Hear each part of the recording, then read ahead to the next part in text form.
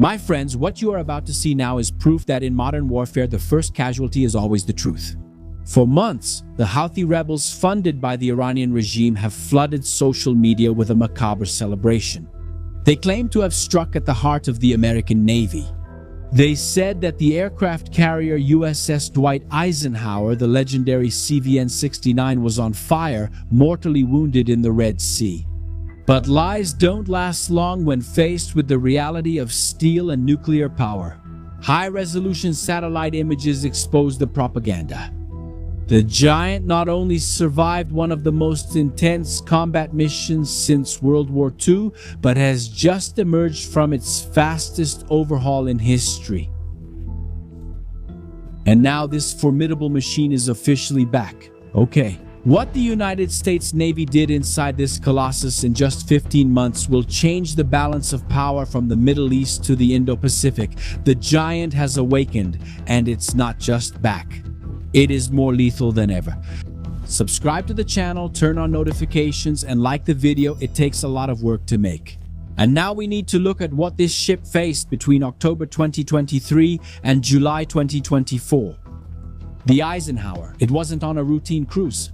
It was on the front line of Operation Garden of Prosperity, protecting global trade against a barrage of kamikaze drones and anti-ship ballistic missiles. The data is overwhelming. There were more than 13,000 combat sorties, including takeoffs for attacks.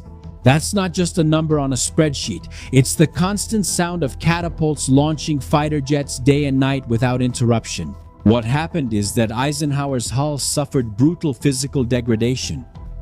The salt, the heat, and the stress of combat almost melted the outer structure. After the peak of American naval power in the 70s and 80s and the fall of the Soviet Union in the 90s, the establishment in Washington was gripped by a dangerous arrogance. The understanding among the globalist suits was that history had ended. They believed there would be no more great wars and that the world was now a safe and tamed place. In this scenario, the priority changed. They stopped worrying about maintaining shipyards and producing missiles to focus on environmental talk, green agenda, and diplomatic utopias. While the United States discussed carbon credits, their dry docks were rotting. The focus shifted from weapons to bureaucracy, but reality is a ruthless judge. September 11 and the subsequent conflicts in the Middle East were the first warnings. And the real shock came when the world caught fire simultaneously in the Middle East, Ukraine, and the South China Sea. American hegemony was threatened where it is most vital, at sea, and the diagnosis was frightening. While China was churning out ships like a printing press, launching entire fleets in record time, the United States discovered that it had lost the basic ability to build and repair its own titans. The American shipbuilding industry, which was once an unmatched colossus, was on its knees, suffocated by decades of neglect and lack of strategic investment. But the tables have turned. With the arrival of Trump and the injection of billions of dollars, the United States began a process of industrial resurrection that many considered impossible. It's not just about money. It's about political will and strategic alliances.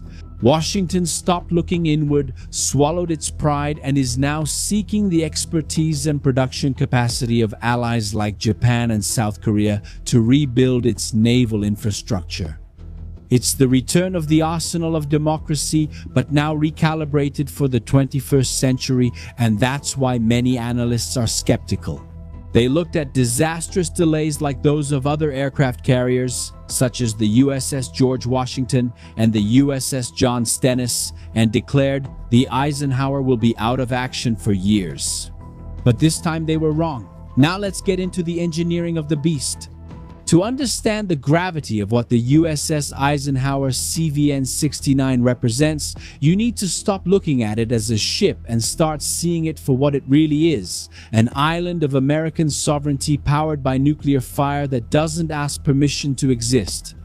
We're talking about a structure of 95,000 tons of steel and technology, a Nimitz-class Titan that displaces the equivalent of an entire fleet from smaller nations. The heart of this beast is made up of two Westinghouse A4D nuclear reactors. Take in the gravity of that. These reactors are, in practice, two small suns confined within the hull, generating enough energy to light up a medium-sized city. This propulsion provides something that no conventional ship could ever dream of: 20 years of endurance without needing a single drop of external fuel. The CVN-69 can sail at speeds over 30 knots, which means this mountain of steel can appear anywhere on the globe in a matter of days, traveling at 56 km/h. Imagine a structure the size of 3 football fields sailing at that speed. And the beast maintains a combat persistence that Tehran and Beijing simply can't replicate. Neither can Russia. During the planned 15-month incremental maintenance in Norfolk, the focus wasn't just on aesthetics, but on restoring kinetic capability. The launch and recovery system, the steam catapults, were completely rebuilt. What happens is that these catapults need to have the precision of a Swiss watch and the strength of a volcano to launch an Fa-18 Super Hornet fighter every 20 seconds.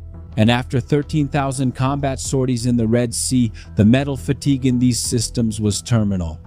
The overhaul ensured that the launch cycle remained relentless, allowing the ship to project air power continuously and without failures. But to understand Eisenhower's lethality, you need to look at what it carries on deck. They're not just planes. They're extensions of American will designed to convert technological superiority into kinetic destruction. So how could Brazil have this kind of power? The beast, not just death. It sees blindly and strikes with a precision that ignores any attempt at resistance. The offensive heart of the ship lies in its attack fighter squadrons, especially the VFA-131 Wildcats. They operate the Fa-18EF Super Hornet, a multifunctional machine that is the gold standard of naval aviation. What do? These fighters are responsible for carrying out the 13,000 combat sorties. They are designed for air superiority and precision strikes in any weather conditions. The Super Hornet has 11 weapon stations. It can carry everything from AIM-120 AMRAAM missiles to clear the skies, to JDAM laser and satellite-guided bombs to pulverize drone launch bases in Yemen. What happens is that these pilots operate under immense strain on both man and machine. Launching one of these machines every 20 seconds requires the plane to withstand acceleration from 0 to 260 km/h in just 2 seconds, thanks to the steam catapults rebuilt in Norfolk. If the system fails, the fighter jet becomes a $30 million paperweight at the bottom of the ocean. If the white cats are the fists, the E-2C Hawkeye is the brain and eyes of the fleet. Easily identified by the huge rotating radar dome on top of the fuselage, it's the piece that keeps the Eisenhower from being caught off guard. It operates as a flying command and control center. Its function is early warning. It monitors more than 6 million cubic miles of air and sea space simultaneously. Equipped with the AN/APS-145 radar, the Hawkeye can detect threats ranging from enemy fighters to small kamikaze drones far beyond the aircraft carrier's visual horizon. It coordinates an attack by directing the Super Hornets to the exact target before the enemy even knows they've been detected. Without the Hawkeye, the Eisenhower would be blind. In the Red Sea, it was this machine that made it possible to intercept the Holtz missiles while they were still in the launch phase. It maps the battlefield in real time, ensuring that the ship is never the target but always the hunter.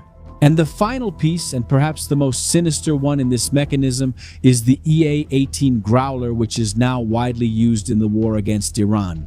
Visually, it looks similar to the Super Hornet, but inside, it's a weapon of electronic destruction. Its mission is the suppression of enemy air defenses.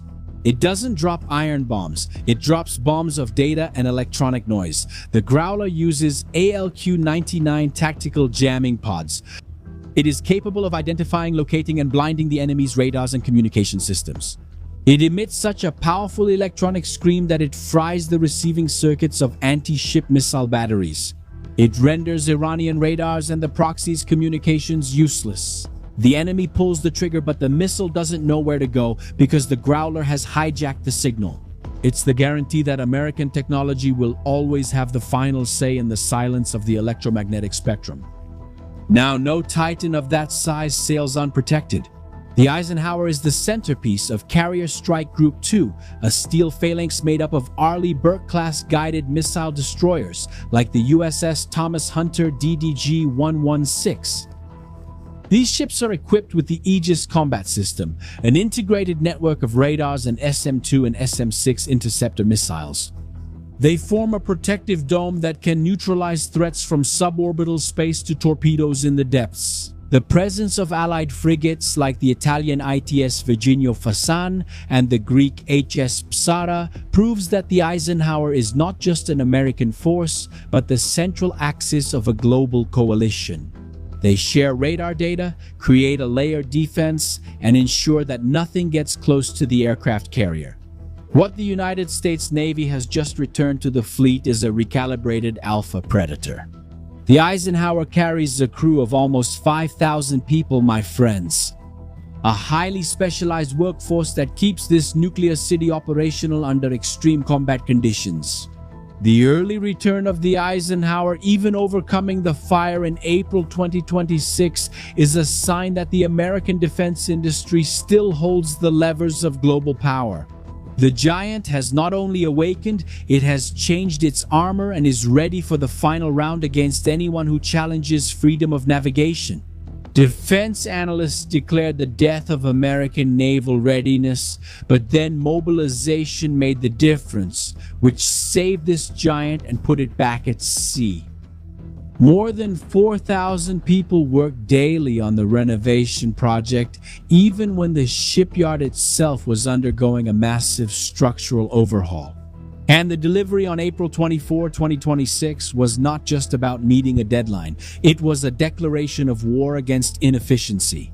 The United States Navy proved that it can still maintain its most valuable assets in a timely manner. Now it's about replicating this with other ships and starting the construction of new ones to face China. And then you ask me, but Shimon Oliveira, why is Eisenhower's return so vital right now? Look at the global stage. Is peace in the Middle East just a mirage? Iran keeps testing the limits through its proxies and its missiles. Without an operational aircraft carrier in the region, American deterrence is a toothless tiger. The return of Eisenhower to the sea puts a mobile airbase protected by guided missile destroyers back at the throat of the Iranian regime. But the real target is bigger. In the Indo-Pacific, China watches every move. Beijing is betting on missile saturation to push the American Navy away. Having the Eisenhower ready for combat means that the United States maintains the ability to project power in two theaters of operations simultaneously. The message sent is clear. American steel doesn't retire, it renews itself. And the Eisenhower proved that, even after decades of service, a well-maintained giant is still the king of the oceans. It is a statement of sovereignty that doesn't ask for permission to sail. The enemies thought they had wounded the giant, but he just went to the locker room to change his armor for the next round. The verdict is inevitable. The USS Eisenhower has returned to rewrite the rules. It survived the lies of the Houthis, the wear and tear of combat, and the fire in the shipyard. It is the symbol of an industry that, despite the criticism, still knows how to keep its titans standing. But the question I leave for you is, in a world of hypersonic missiles and $1,000 drones, are billion-dollar aircraft carriers still the rulers of the seas, or have they become floating targets? Write your opinion here in the comments and I will read each one of them. I want to know who here really understands strategy. And if you want to continue this topic in even more depth and access the in-depth analyses that we can't discuss here due to time constraints and even terms that are forbidden on this platform, which we don't control, come to our intelligence bunker. There we are, a community of more than 3,000 subscribers who fund our work and don't accept the wallpaper as the truth. The link is pinned in the first comment and in the description. The QR code appears on your way out. And to protect your awareness from cultural decline and social engineering, check out our new channel for series and movies. Real culture for those who value intelligence. No culture walk, no whining, with a selection of really cool series for you to enjoy with your family. Now shield your mind. Subscribe to the channel, turn on the notification bell, and leave a like on the video. I'm Shimon Oliveira, and I'll see you next time. See you then.